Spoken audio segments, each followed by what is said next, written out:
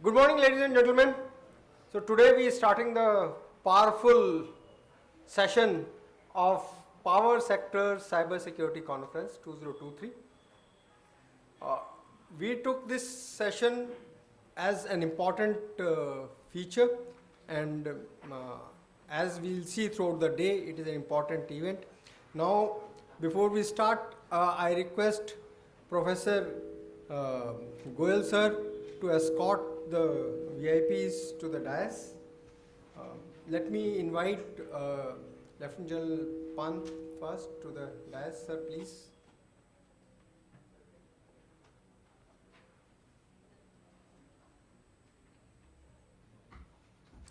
May I request Lieutenant General Nair to come to the dais, please?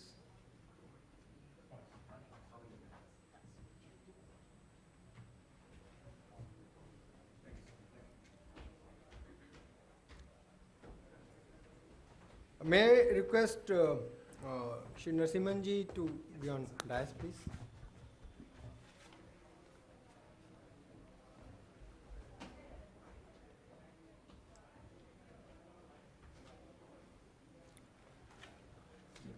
Now I request Tripta ma'am to be on dais.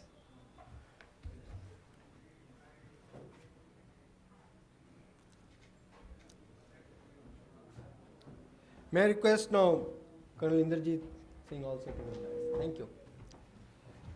Before we start, may I request for Rashtragan and request all of you to stand up. Thank you. Navtesh, please.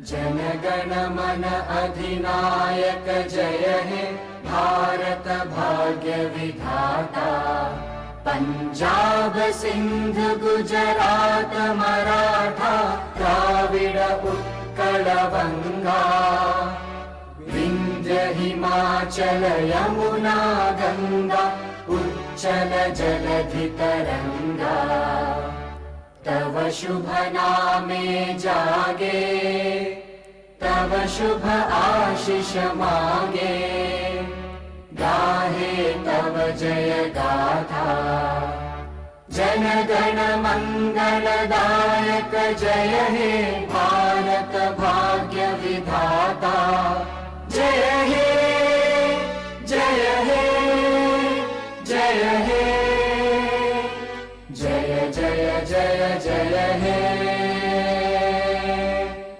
Thank you.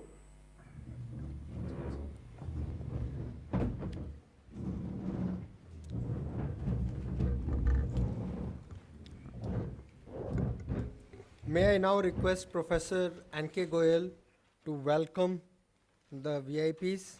Let me give a quick brief about Professor Goyal.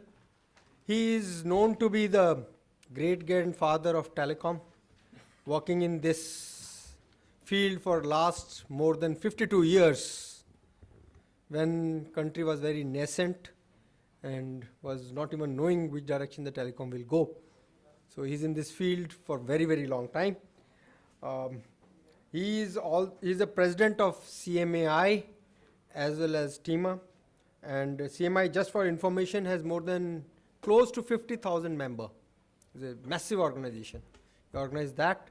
He is one of the, he's just one person in the world who has inaugurated a ribbon cutting of the world's largest consumer electronics show, CES, at Las Vegas, USA, continuously for 10 years. May I request Professor Goyal to welcome the guest, please. Thank you, sir. Thank you. सबको नमस्कार प्रणाम. हमारी association की life में आज बहुत important unusual day है, क्योंकि जनरल पंत हमारे चेयरमैन, जनरल नायर हैं, साथ में CMD ग्रिड हैं, तृप्ता जी हैं. आप सबका बहुत बहुत स्वागत है. And before we start, I would like to request General Pant to offer a salt to General Nair.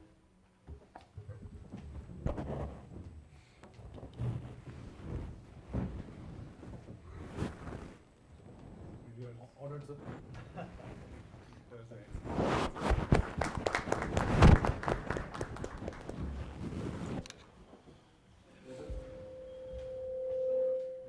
Thank you.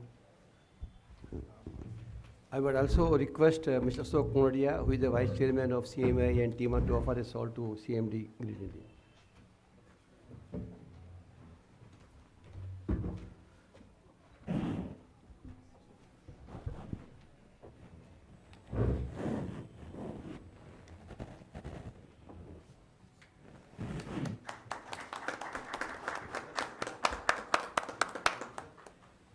I would request Kanandrajit, our DG, to offer a salt to Madam.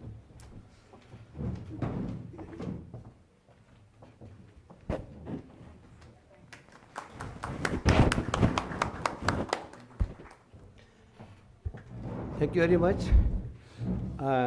Cyber security association 2010 में बनी थी सबसे पहले, और काफ़ी programme हम लोग करते रहे हैं, और जनरल पंत जब से चेयरमैन बने हैं तब से एक्टिविटीज़ काफ़ी स्पीड अप हुई हैं। और पिछले दिनों हमने प्रोग्राम किया था साइबर इन पीपीपी, आज साइबर पावर का। तो we have a sequence of events to go on after every critical things. हमारे DGNC पैसे अभी आ रहे हैं, रास्ते में हैं, but he said let us start. और हमने ये देखा कि किसी भी कंट्री में पावर सेक्टर सबसे ज़्यादा क्रिटिकल है अमंग अदर्स, क्योंकि अगर पावर सेक्टर में साइबर अटैक हो जाए then every other thing becomes stand still. तो इसको थॉट में रखे किया गया। आप सबका बहुत बहुत स्वागत है। Thank you.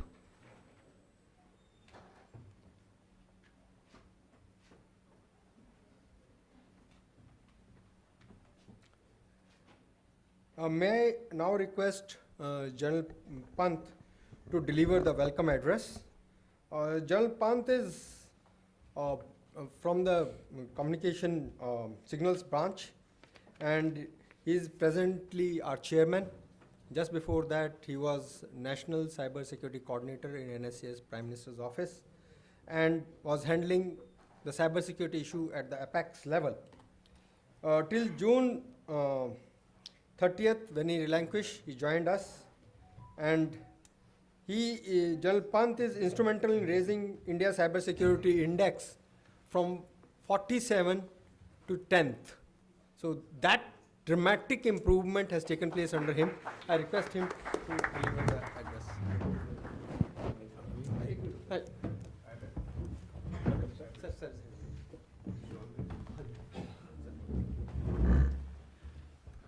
So let me welcome Director General NCIPC, Shri Naveen Kumar Singh IPS.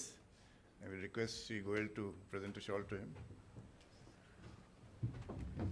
So when you join me?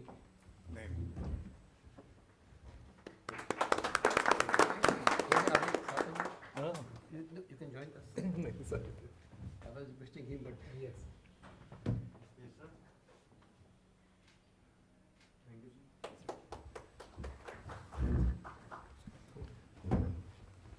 National Cyber Security Coordinator, General Nair, Director General of the National Critical Information Infrastructure Protection Center, Shri Naveen Kumar Singh, Shri Narsimhan, CMD Grid Controller of India, Dr. Tripta Thakur, Director General of the NPTI, Shri Goel, Colonel Indrajit, friends in the audience, General Lamba, former Vice Chief of the Army, Shri Kanodia, ladies and gentlemen, I wish you a very good morning. As Goel Saab said, it's quite a historic day for the Cyber Security Association of India, because this is our first major event focused, as he said, on a very critical sector. I remember when we were drafting the National Security Directive on the telecom sector, when I was with the government and this cabinet note was being drafted, then during the discussions we realized that out of all the 7 critical sectors that we have, which you would be knowing, that as a government, the government of India has decided to nominate 7 critical sectors, which includes power, telecom, transportation, energy, and health also has been included. So amongst all these sectors, we found that 2 sectors we used to call as supercritical, telecom and power. Because if anything happens to telecom, then everything else, the flow of information stops. and nothing else, governance cannot happen, critical sectors get affected. And the second, of course, is if something happens to power, then I remember many years back in New York, once the lights went out, and they made a film on that. Where were you when the lights went out? That was the name of the film. That is how critical it is, power.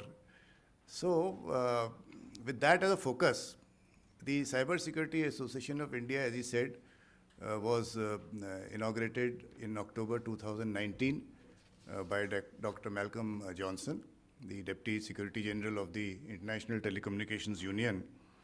And on 21st September this year, we had our first focused meeting, as they say. And the focus on that was on the public-private partnership. Some of you who were there may recall that I laid a stress on PPP because I was very clear in my mind that to protect national cyberspace, there has to be a very firm handshake between the public and the private sector. And General Nair was there, and I recall his words as to how he is also doing a lot of work in creating and cementing this partnership. And we had a very, very clear vision of the CSAI that we will bring all the stakeholders, whether it is individuals, whether it is businesses, whether it is academia, whether it is the government, and bring them under one umbrella for protecting the national cyberspace. So the 21st September event was on the PPP, and today, 19th September event, the first critical sector we have taken is power. And let me also share with you that we have decided to tackle one critical sector every quarter. And in the next quarter, that is in the second fortnight of March, we will be having a similar event focused on the health sector. But more about that later on. As far as cyberspace is concerned, let me just spend a few minutes on what is going through my mind at the moment. And what I want to share with you is the impact of geopolitics on cyberspace. Because on one side we have geopolitics. Geopolitics is the impact of geography on international relations of a state or on the politics of a state. It is very closely related with boundaries. On the other side, we have cyberspace, this vast interconnected world of endpoints, networks, data at rest, data at motion, applications, which is borderless.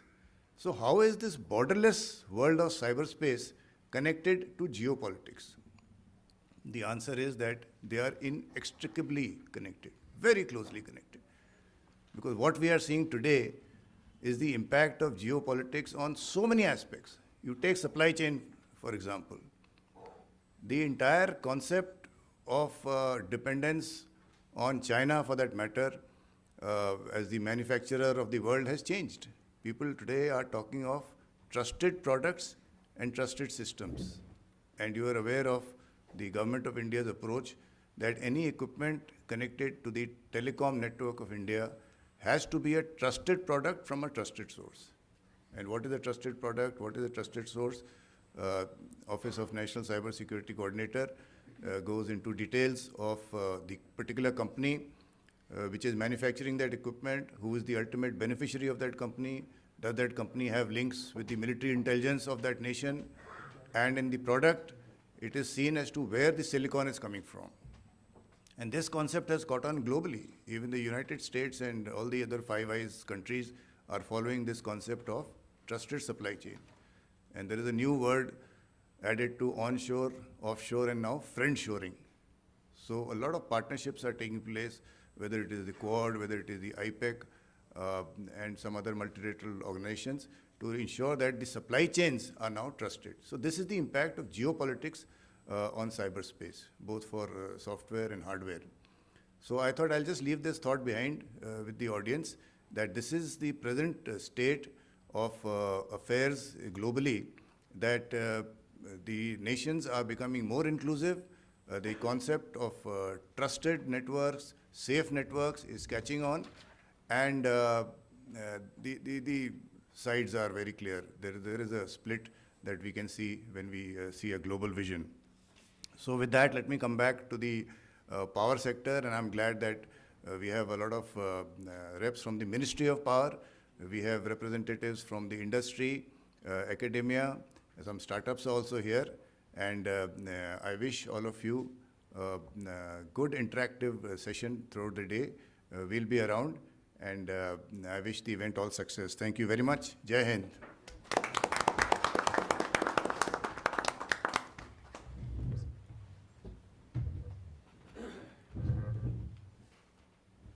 Thank you, sir. It was enlightening and a statement which covers the complete conference. May I now request Dr. Tripta Thakur, Director General NPTI, to give the special address. She has more than 28 years of teaching experience, and presently she is the Director General of National Power Training Institute, the apex body of Ministry of Power of Government of India. She was instrumental in ensuring that NPTI receives the mandate for conducting cybersecurity certification program for the power, and she has vast experience in teaching, training, especially in the field, and she has background of IIT Kanpur as well as PhD from IIT Delhi. May I request her to speak? Navtesh, can you switch on her presentation, please? Thank you so much. Good morning, everyone. Namaskar. Respected dignitaries on the dais and all the people sitting in front of me. It's an honor for me to address and discuss the very critical thing which the world is facing, cyber security. If you see the global index for threat, then you will see that from the last 2 years, the first global threat index is cybersecurity. And we have seen it practically during the Russia-Ukraine war. So this is very, very important. And I congratulate NK Goelji for organizing such an event where all the people related to the power sector and critical infrastructure can discuss and find the way out to become cyber resilient in future. NPTI is nodal agency for providing training and certification under Ministry of Power, and we have presence, all India presence with pan-India presence, 11 centers across India, and we have been given, this is all NPTI 11 centers. So we all know that how the world is changing. We are going for Industry 4.0 and now 5.0 in standards. We are also knowing that the major pillar for the energy transition is digitalization, and when we are getting digitalization, real-time control, we are getting a lot of advantages in the sector. But on the other hand, we are also having a lot of risk involved with the digitalization. So we need to see how we can make and follow the rules so that we will become cyber resilient in future.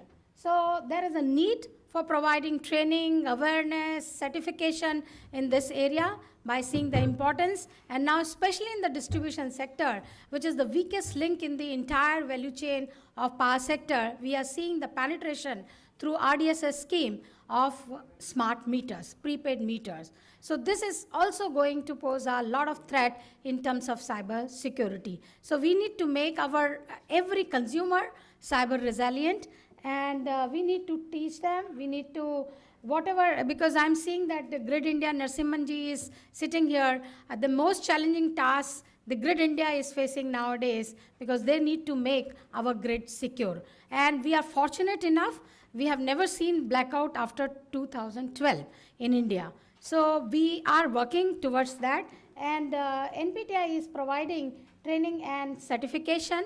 So with the PSO board, with lot of discussion, what need to be taught in this area. Once the CA guidelines in 2021 came out for cybersecurity. So with lot of discussion, we came for 3 courses. We have designed with the PSO board with the help of CA and lot of expert in the PSO board. One is basic program, then the second one is intermediate, and third one is advanced. So those who qualify the basic, they are entitled to do the intermediate certification, and those who qualify intermediate, and they can go for the advanced certification. All these 3 modules are having 2 weeks structure.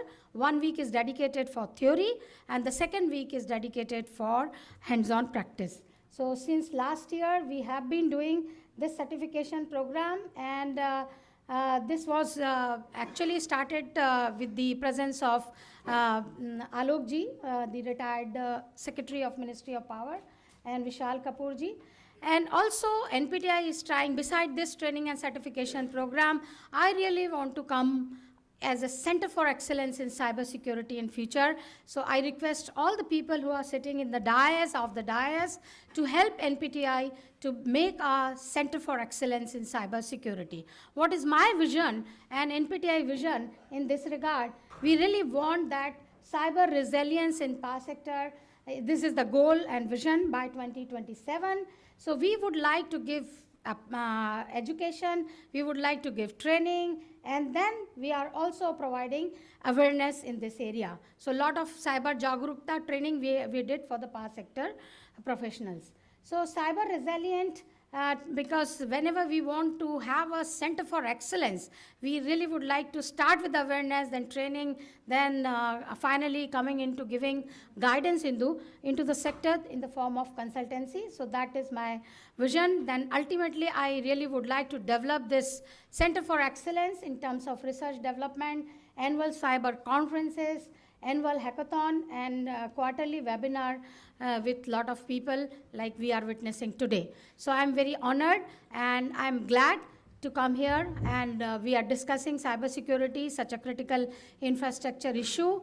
And I am inviting everyone to please come visit us and see how we are going, and NPTI is doing their contribution for making cyber resilient power sector. Thank you so much.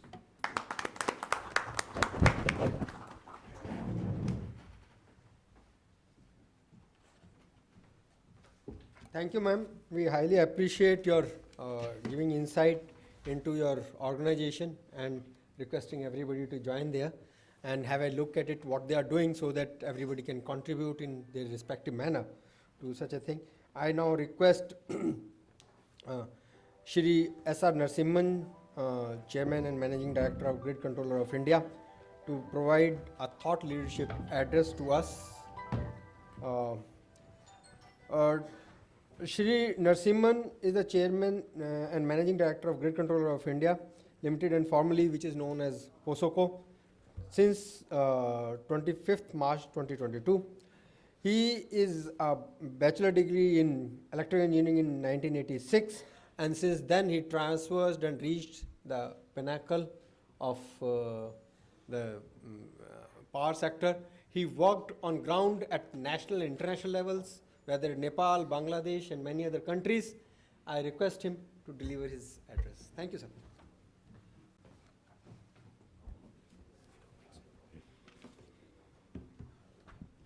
Thank you. Good morning.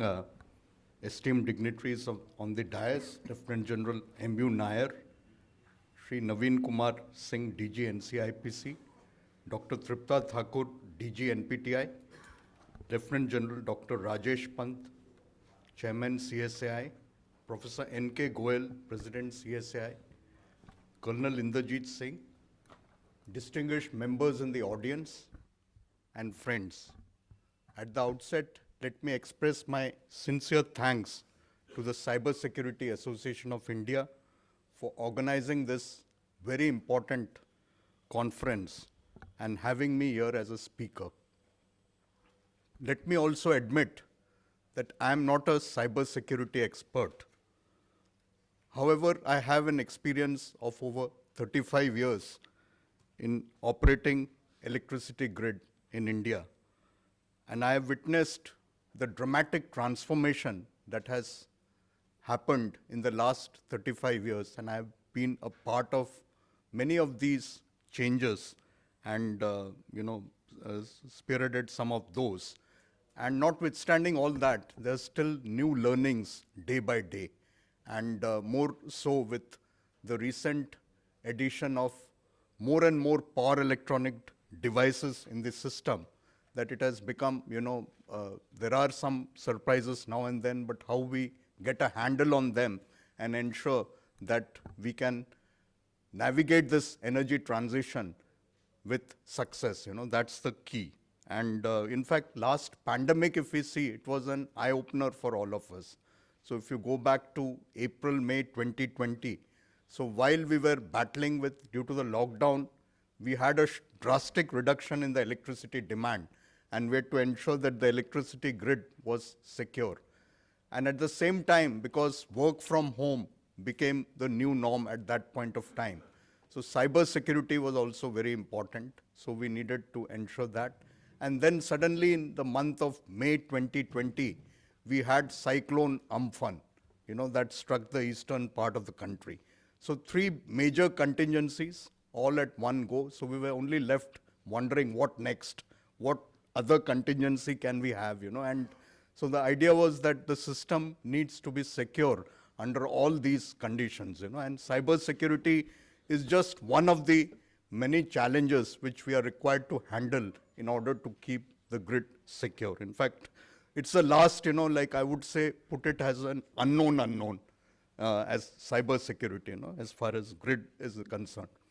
Now, why is this important? In fact, in the US National Academy of Engineering, they had cited electrification as the greatest engineering achievement of the 20th century.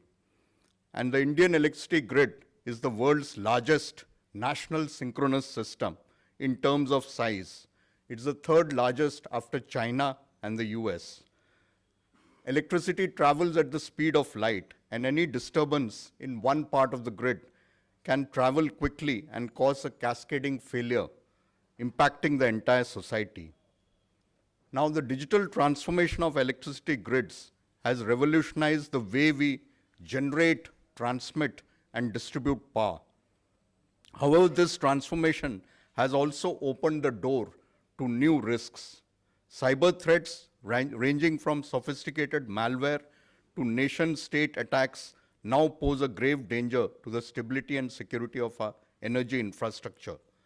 As the footprint of the electricity grid expands, both physical and cyber protection of the energy infrastructure is becoming even more challenging. When I look back when we were graduating, all those power system engineers, we used to read a book Arthur Haley had written, Overload.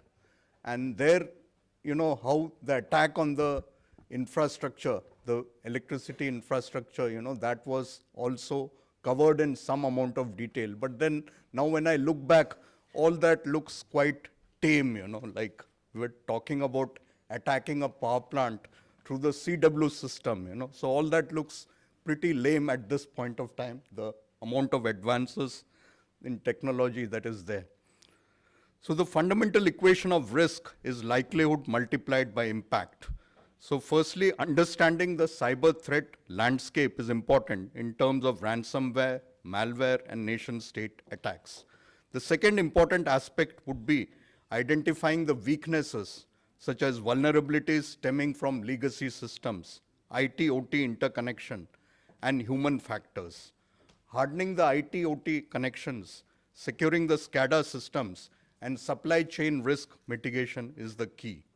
We are examining all these areas. We are looking towards upgrading our energy management systems at all the control centers. So this is one key change that we are looking at when we are rewriting the specifications for this.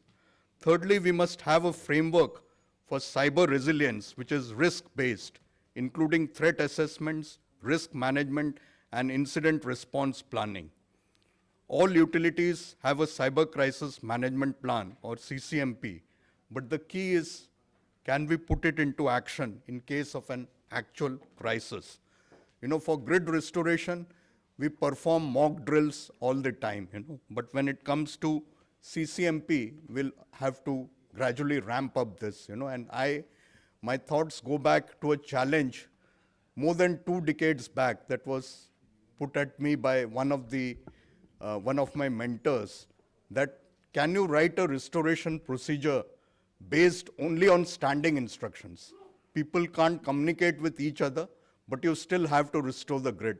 Now that's the next level of challenge. Can we operate only on the basis of standing instructions. Now, when we didn't have mobile telephony and real-time data, people in the past did operate on standing instructions, but now with communication and real-time data, it's becoming increasingly difficult to envisage that whether we would be able to restore a electricity grid on the basis of standing instruction alone. Now, it's possible, all that I have stated, it's possible to achieve the above objectives only through collaboration and information sharing amongst industry stakeholders, government agencies, and cybersecurity experts. Sharing threat intelligence and best practices to enhance preparedness is the key. Investment in technology and innovation like AI, machine learning, and blockchain, as well as developing secure architecture and robust encryption methods becomes equally important. All this will not be possible without a skilled cybersecurity workforce to address evolving threats.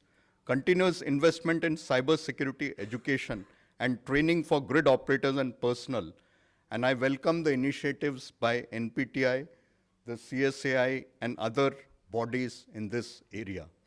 The role of regulations and policies in fostering a culture of cybersecurity resilience cannot be undermined. We need regulatory frameworks that incentivize cybersecurity investments and compliance.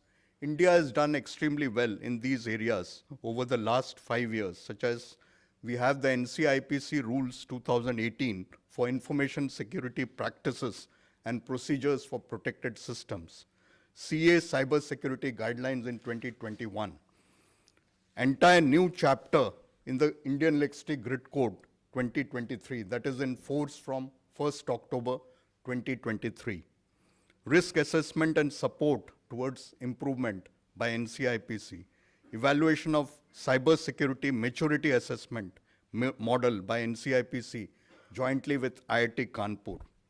And we also recently have made a provision for setting up the Security Operations Center by the state load dispatch centers through Power System Development Fund.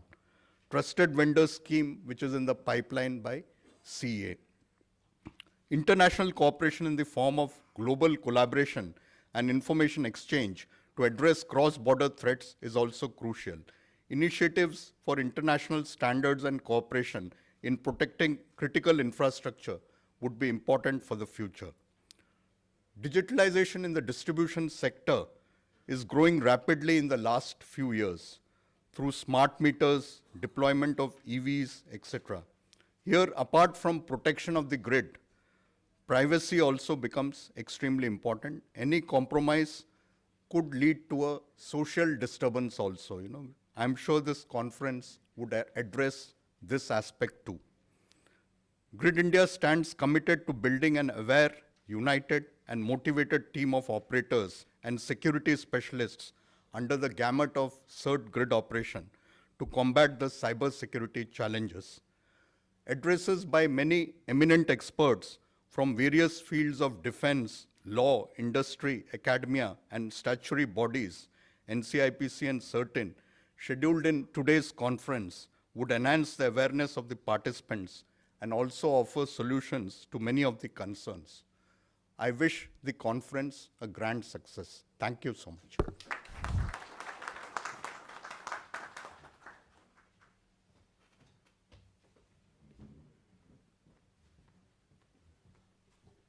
Thank you very much, sir. It was really thought-provoking speech and very rightly pointed out many things. We will take a lot of action points from your speech and it will emerge as a good input for us to work on.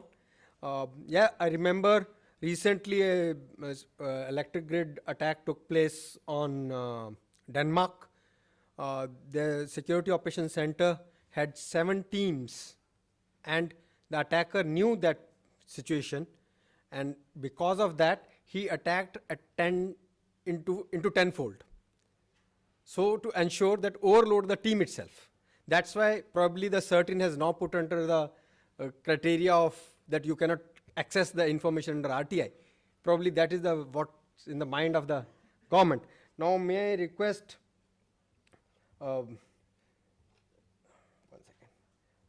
Shri Naveen Kumar Singh, Director General, National Critical Information Infrastructure Protection Center. He is an IPS officer, currently DG NCII PC, which is a unit of NTRO, and a nodal body for identification and protection of critical information infrastructure in the country. He is member of various committees in cybersecurity, obviously, and he is leading with his personal knowledge with a BTech in computer science from IIT Kanpur, long back. So his knowledge is very important to us. May I request him to provide the visionary address to us, sir.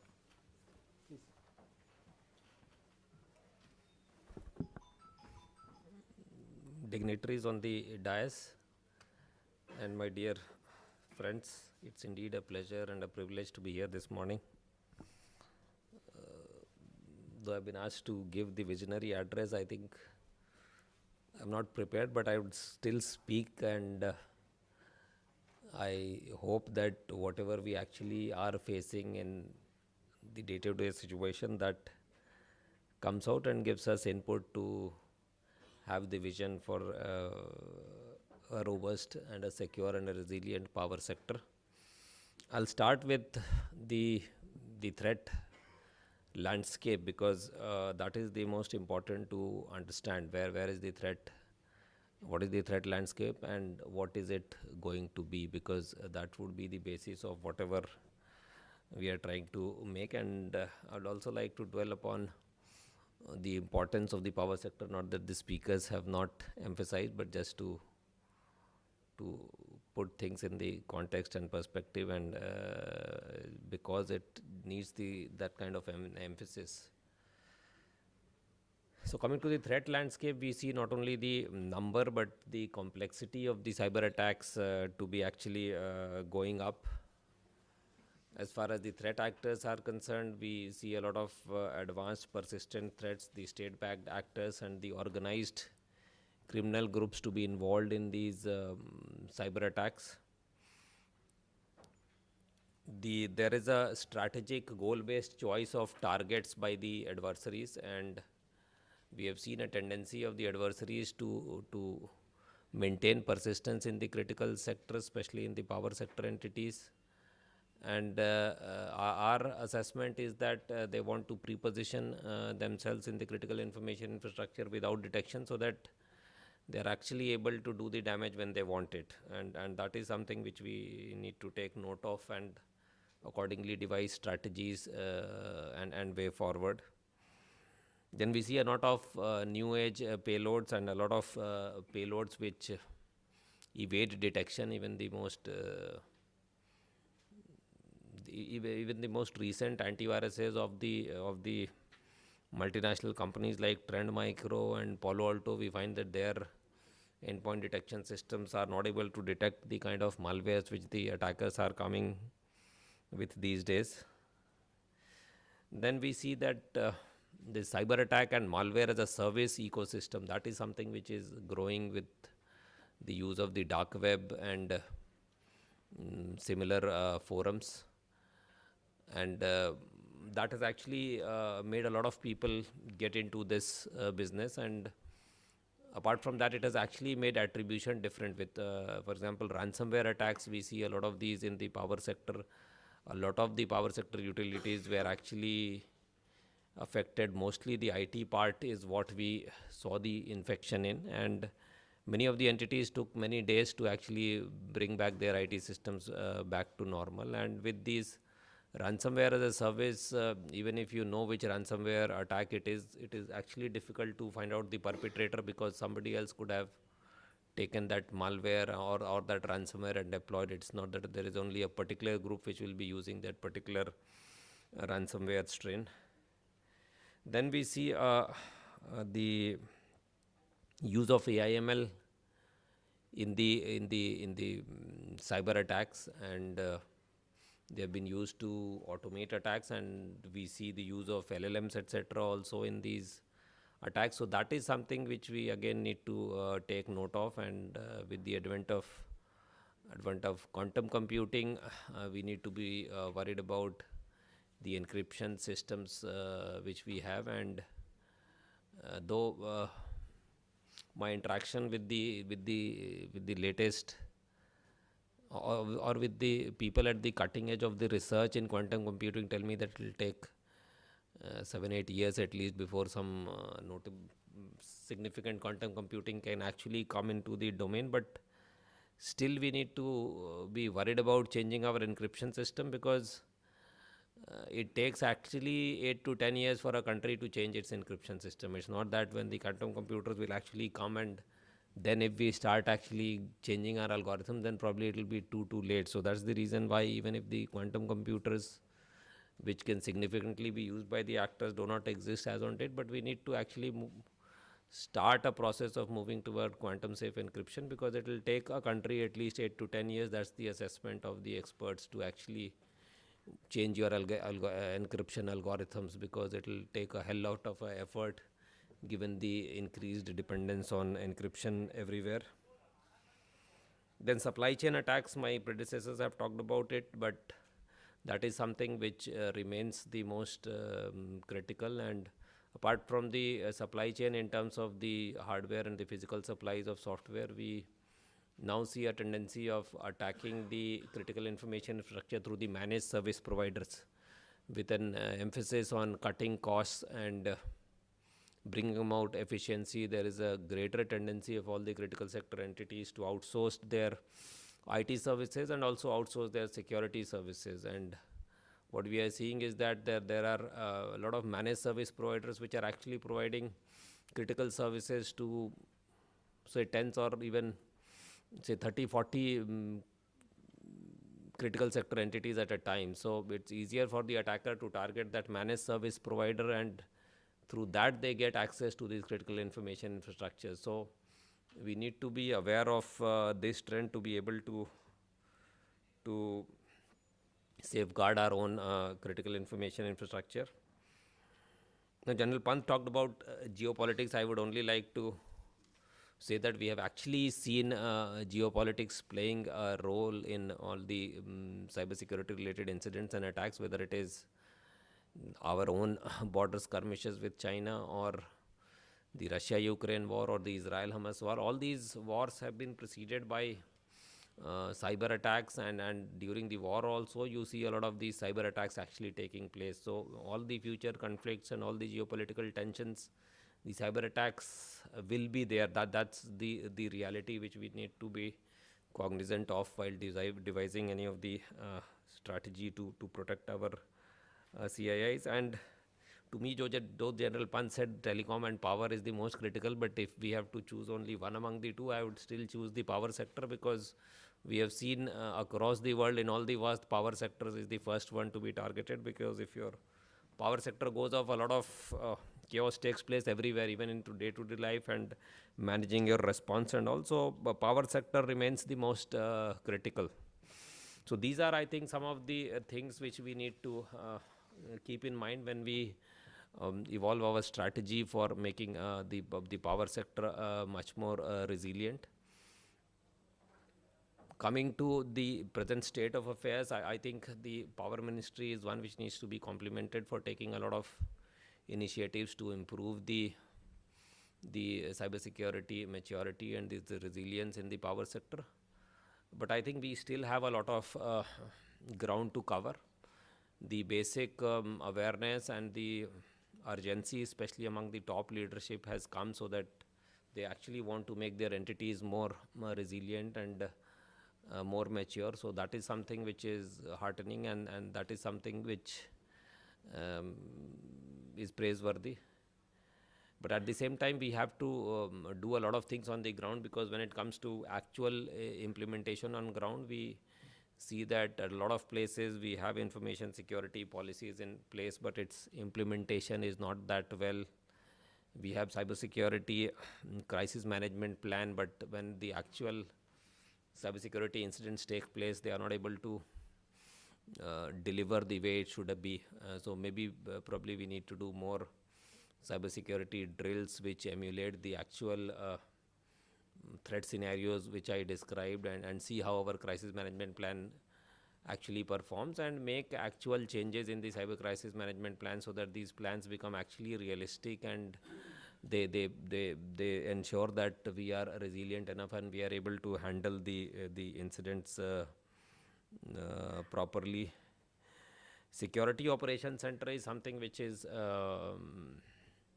required for all the entities to monitor their infrastructure for any kinds of threats, alerts and attacks. And there also we see that a lot of these entities are now at least now thinking in terms of doing a log analysis and starting the SOC, but the quality of the SOC and its ability to actually be able to detect a SOC is somewhere where we need to pay a lot of emphasis, and all the people who are involved in it, whenever you are thinking of putting in a SOC, then we should actually keep in mind that the SOC should actually be effective, and it should be able to actually detect alerts, and actually all the logs which need to go into the SOC should go is something which we need to see. Regarding the standards also, I think ISO 27001 coupled with 27019 is something which many of the entities are trying to follow, but there also we find that the risk assessment, because a lot of these things is based on the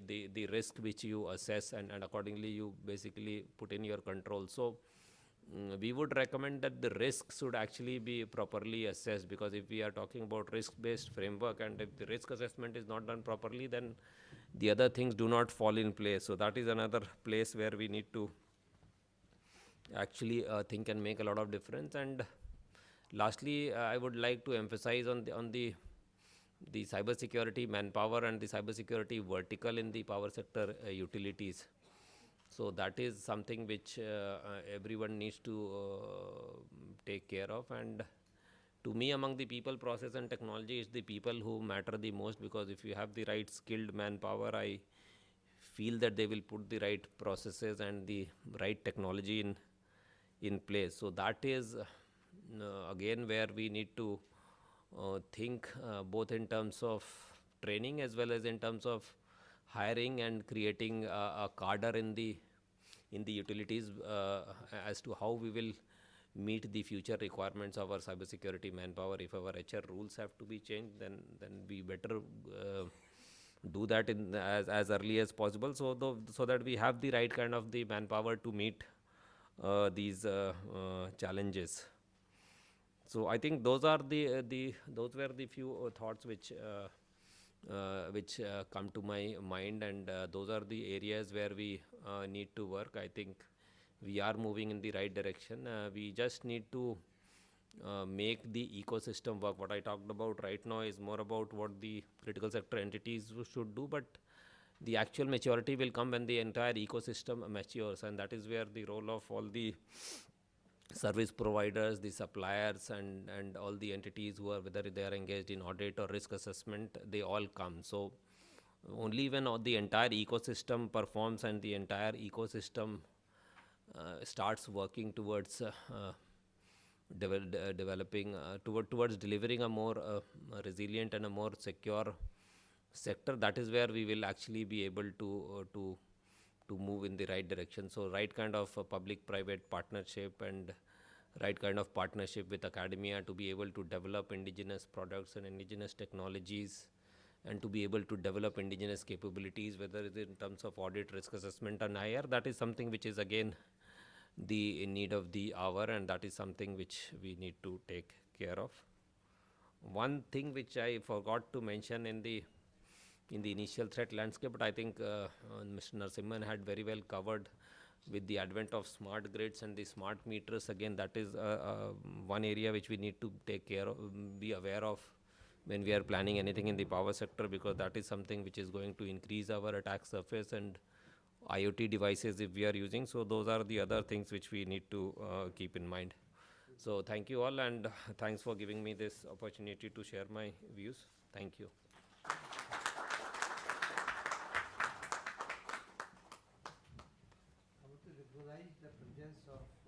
Our diplomat from US Embassy, Mr. Chatterjee, expressed this, and Mr. Anup Tiwari, advisor, cyber from Ministry of Defense. Thank you.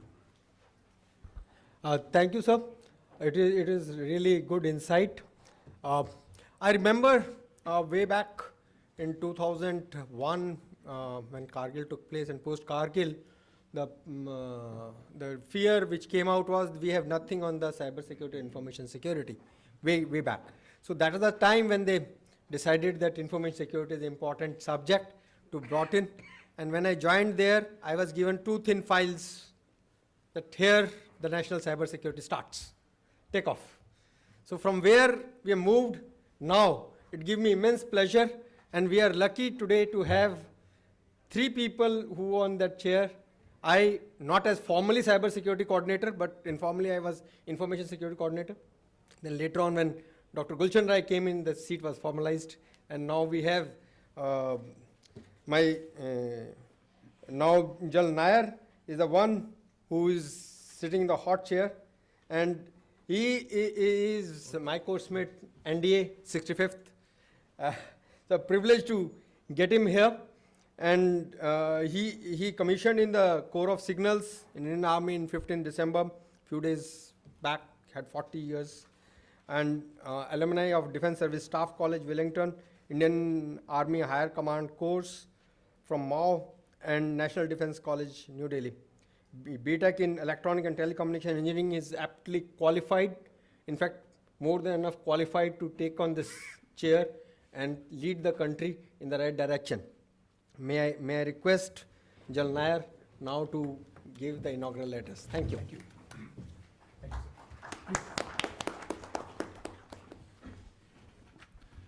Thank you, Mukesh. Good morning, ladies and gentlemen. I feel actually privileged to be here and an important sector.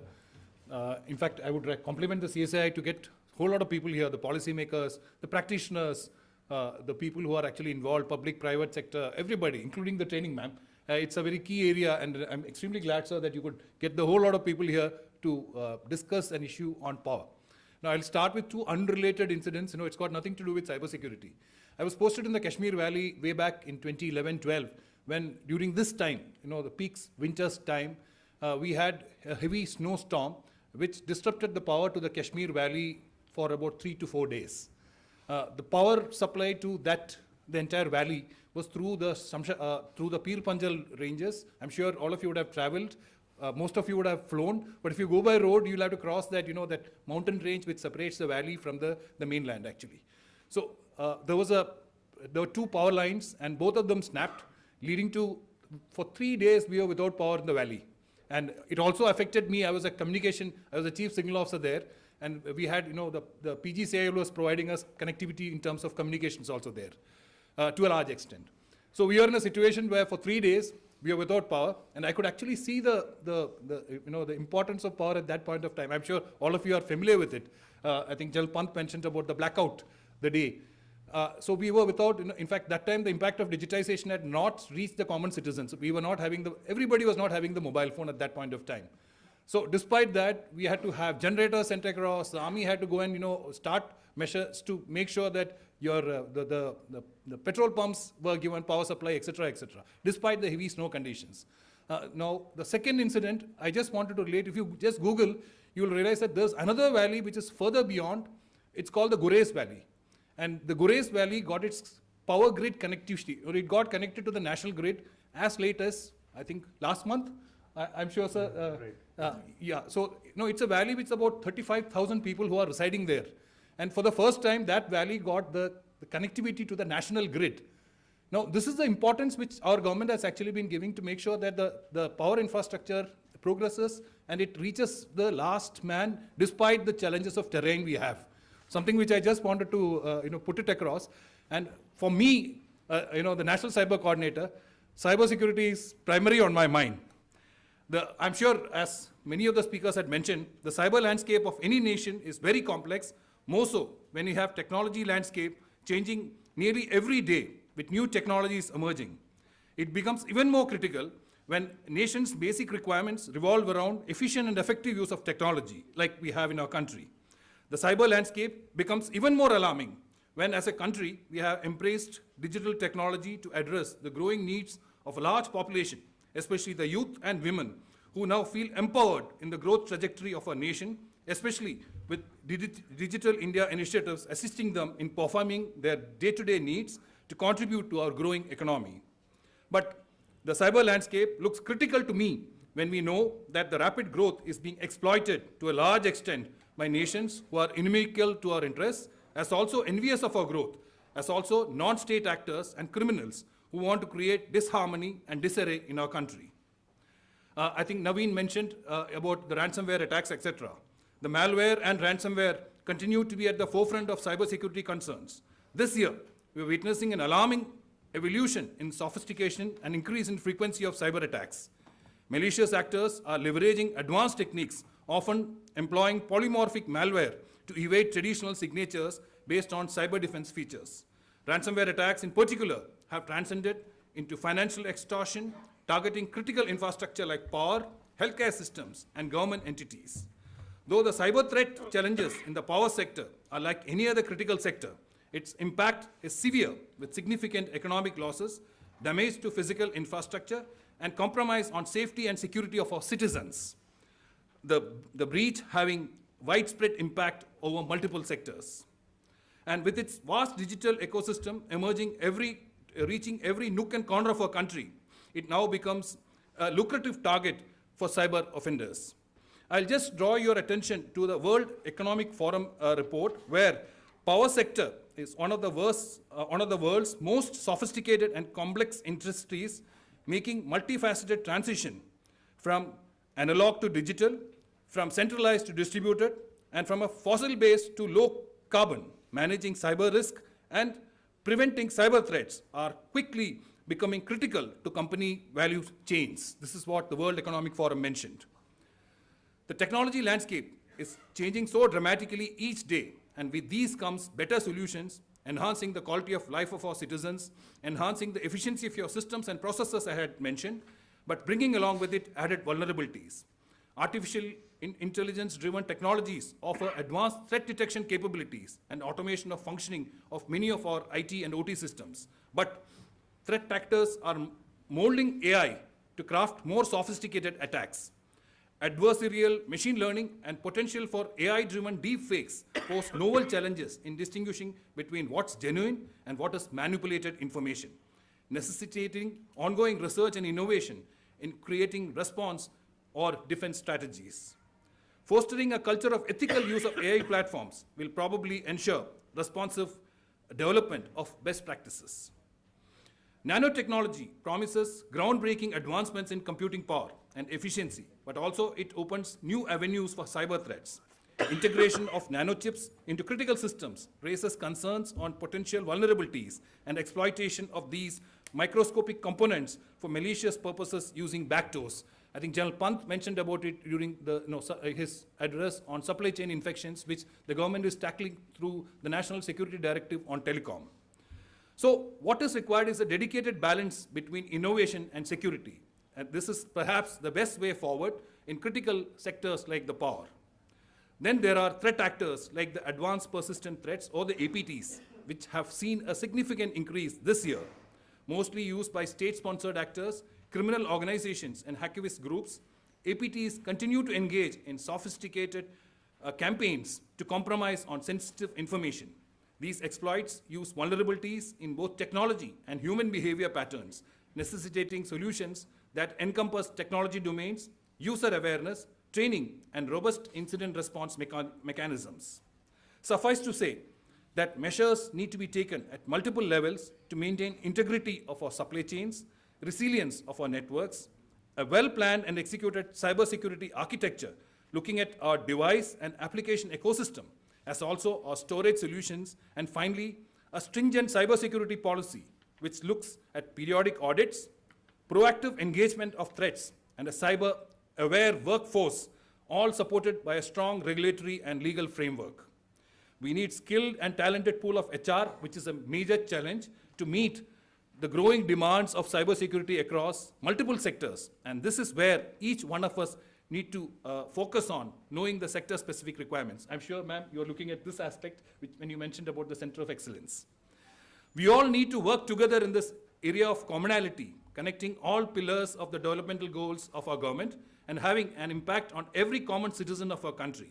I'm sure our efforts together in this domain, with wholehearted participation of all citizens, the industry, the academia, the whole of government, including you in the power sector, the public-private sector participation about which General Pant had mentioned, and the power sector having largest pool of professionals will help in making our Indian cyberspace less vulnerable and more secure.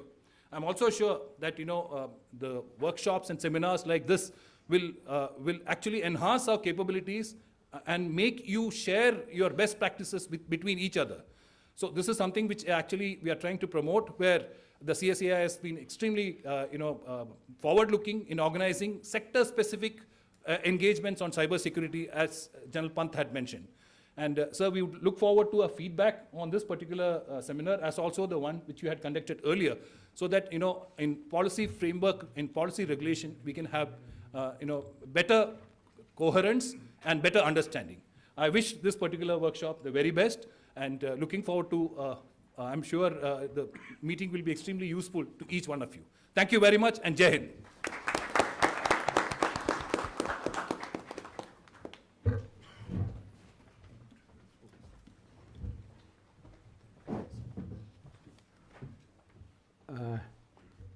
Towards the end, we would like to offer mementos to our dignitaries on the dais.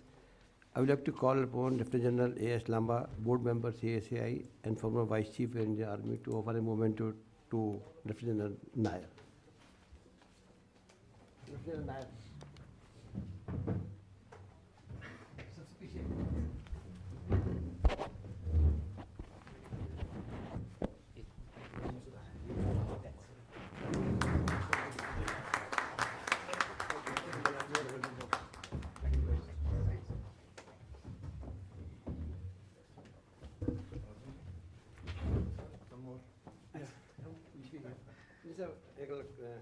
Next, I will request Rajesh Pant ji to offer a memento to the NCC. Sir, we'll be together. Sir, Safa ji, come.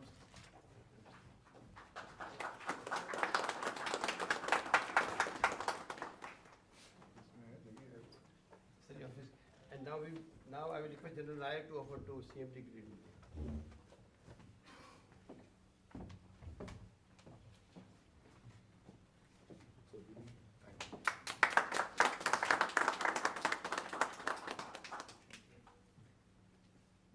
Kanodia, Vice Chairman, to Madam Secretary.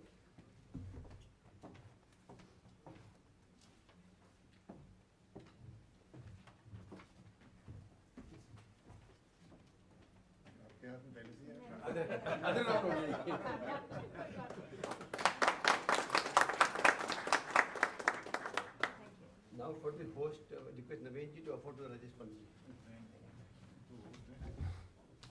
Sir, लेकिन sir हम order करने में आपको अच्छा लगता है. And I will request General Nair to offer to Colonel Indrajit ji. Colonel Indrajit ji, sir, we are giving him a shield which Colonel Indrajit ji, which he won in the last UN conference. Oh, okay. Congratulations. Thank you, sir. We have a photograph. A good photograph. You join us, okay?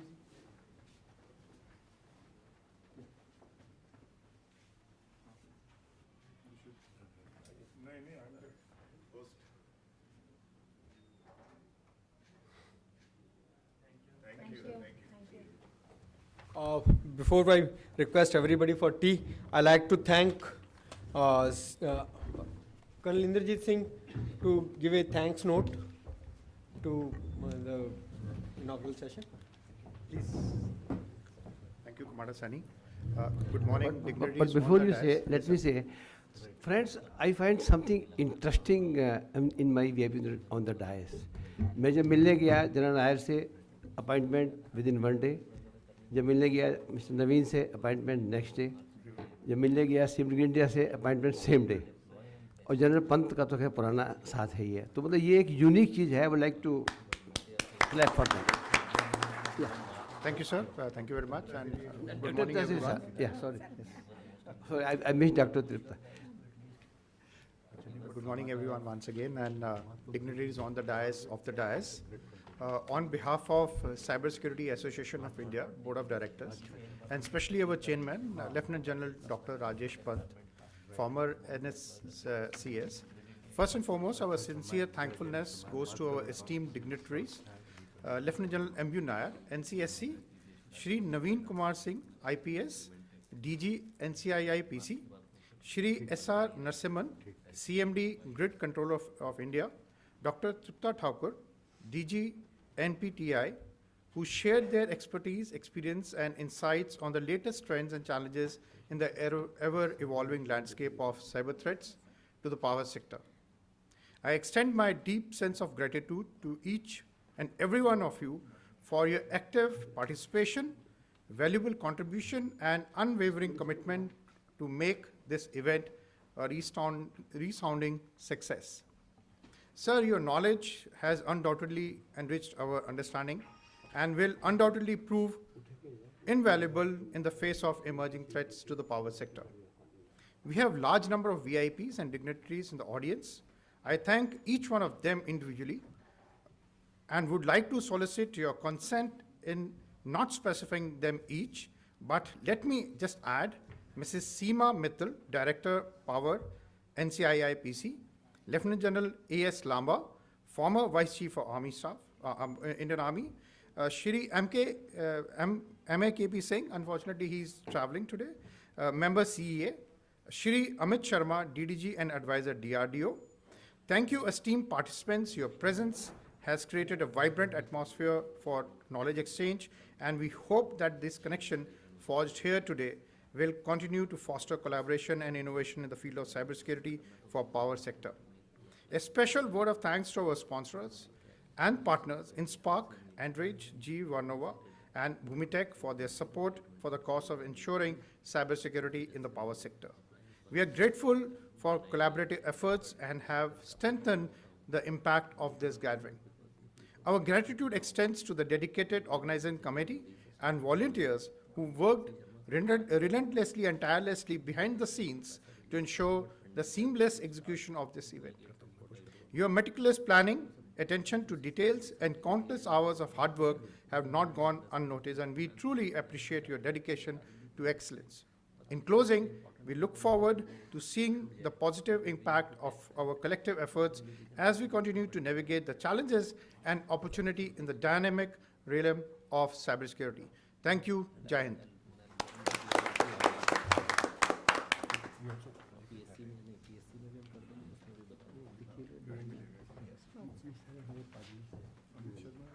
Thank you, everybody, and thank you, the inaugural panel. May I request all of you to have a cup of tea?